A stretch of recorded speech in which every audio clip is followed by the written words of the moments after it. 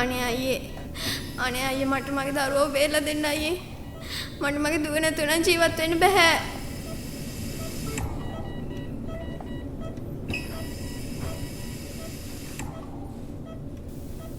සහන්, ඔයාගේ දුවට වෛරස් එකක් ගිහිලා තියෙන්නේ. අපි පුළුවන් තරම් උත්සාහ කරනවා දුව බේරගන්න.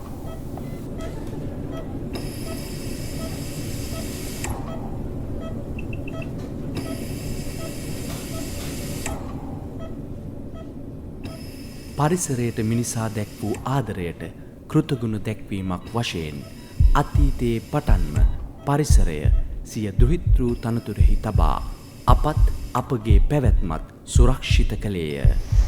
අප පරිසරයට දැක් වූ ආදරය සෙනෙහස අඩු වූ ෂණයේ පටන් පරිසරය අප කෙරෙහි තැබූ විශ්වාසය බිඳී ගොස් මානව පැවැත්ම වෙත දැක් වූ ආදරය බිඳ දැමුවේය.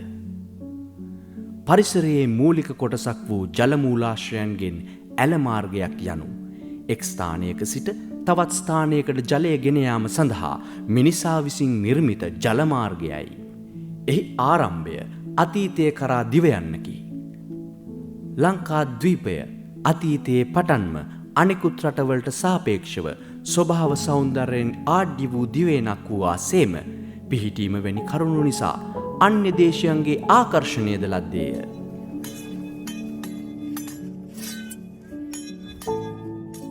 රටක් වශයෙන් ලංකාව කෙරෙහි මුළු මහත් ලෝකයේම අවධානය යොමු වී තිබීම නිසා ලංකාවේ කුළුබඩු වැනි වෙළඳ භාණ්ඩ කෙරෙහි ඇතිව තිබූ උනන්දුව හේතු කර ගනිමින් වෙළඳා මේ පැමිණි පිරිසට රට තුළට භාණ්ඩ ප්‍රවාහනය කර ගැනීම සඳහා පැන නැගුණු අවශ්‍යතාවය පූර්ණය කර ගනුවස් එකල් ඇරමාර්ග නිර්මාණය කළේය. එලෙස ඇලමාර්ග ඉදිකිරීමේ කටයුතුවලදී කොළඹ ජලමාර්ග පුළුල් කිරීමේ හා ක්‍රමානුකූල කිරීමේ විශාල වැඩ කොටසක් ඉටු කළේ ඉදිකිරීම් සහ කළමනාකරන විශේෂඥතාවයෙන් සන්නද්ධ වූ ලන්දේසීන් විසිනි. ගංගා හරස්කර අමුණු බැඳ ජලය රැස් කිරීමත් එසේ රැස් කරගන්නා ජලය වැව් වෙත ගෙන යාමත් සිදු කරනු ලැබූ ඇලමාර්ග අතීතයේ පටන්ම කෘෂි කර්මාන්තය සඳහා විශාල සේවයක් ඉටු කළේය.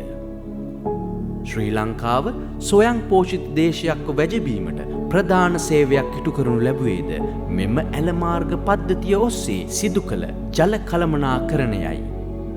ඇලමාර්ග පද්ධතියේ ඇති සුවිශේෂීම ප්‍රයෝජනය වන්නේ අධික වැසි තත්ත්වයක් යටතේදී ගං වතුර පාලනයට ලබා දෙන දායකත්වයයි.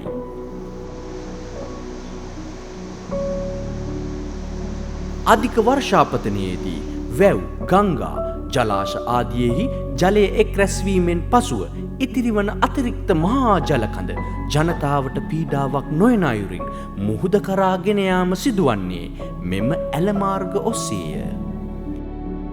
විශේෂයෙන්ම මහා කොළඹ කලාපය තුළ වර්තමානය වන විට වර්ග කිලෝමීටර් 19ක භූමි ප්‍රදේශයක් පුරා විහිදෙන ඇලමාර්ග වැව්, කුඹුරු, වගුරු බිම් සහ අනෙකුත් තෙත් බිම් පවතින අතර ඒවා ගං වතුර යාමනය කරමින් ජීවත්වීමට සුදුසු නගරයක් නිර්මාණය කිරීමේදී ඉතා වැදගත් කාර්යයක් ඉටු කරයි.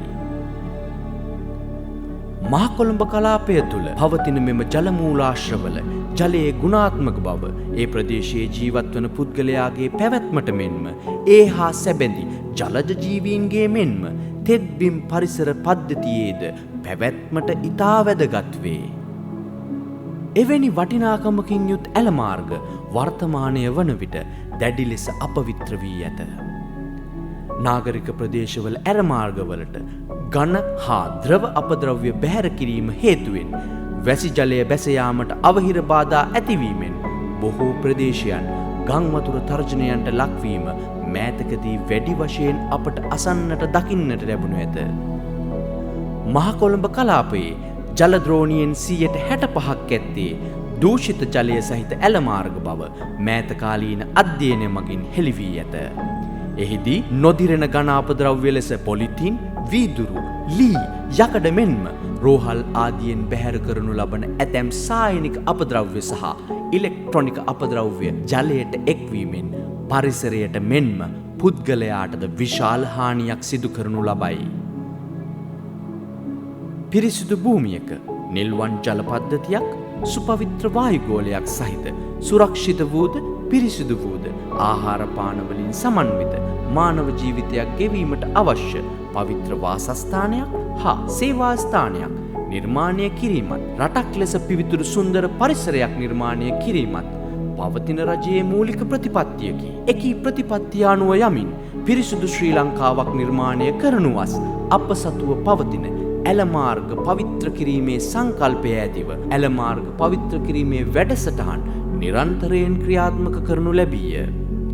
රටේ ජනතාව වෙනුවෙන් නිරන්තරයෙන් කැපවී සිටින ජනතාවගේ ආයතනයක් වශයෙන්ද වගකිය යුතු රාජ්‍ය ආයතනයක් වශයෙන්ද ශ්‍රී ලංකා ඉඩම් සංවර්ධනය කිරීමේ සංස්ථාවේ අප විසින් දෛනිකව විශාල පිරිවැයක් දරමින් ඇලමාර්ග පවිත්‍ර කිරීම සිදු කරනු ලබයි. ඒ අනුව පෞද්ගලික ආයතන සමගද එක්ව අප සංස්ථාව විසින් ඇලමාර්ග පවිත්‍ර කිරීමේ වැඩසටහන් වල නිරත වෙයි. පසුගියදා MAS හෝල්ඩිං සමාගම හා එක්ව ඇලමාර්ග පවිත්‍ර කිරීම උදෙසා පාවෙන පාලිත බාධක ඕෂන් ප්ලාස්ටික් ස්ටේන දැමීමේ ව්‍යාපෘතියක්ද ක්‍රියාත්මක විය.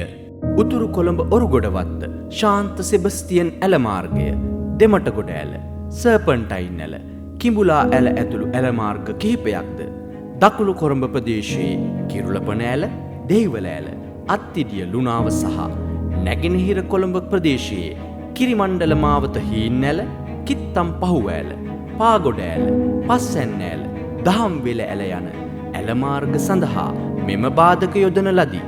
එසේම බෙල්ලන්විල කෙලිමඩර ජලමූලාශ්‍ර සඳහාද මෙම බාධක යොදා ඇත. කෙසේ වෙතත් ඇලමාර්ග පවිත්‍ර කිරීම හෝ පරිසරය සුරක්ෂිත කිරීමේ වගකීම රජයට පෞද්ගලික ආයතනයකට හෝ එම නිලධාරීන්ට පමණක් ඇති වගකීමක් නොවේ.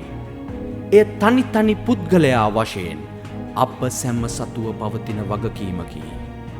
සබුද්ධික ජනතාව වශයෙන් කුඩා දරුවාගේ පටන්ම ආකල්ප සංවර්ධනය තුළින් පරිසරයේ සුරක්ෂිතතාවය පිළිබඳව අවශ්‍යතාවය මිනිසාගේ ලේවලටම කාවැදී තිබිය යුතුමය.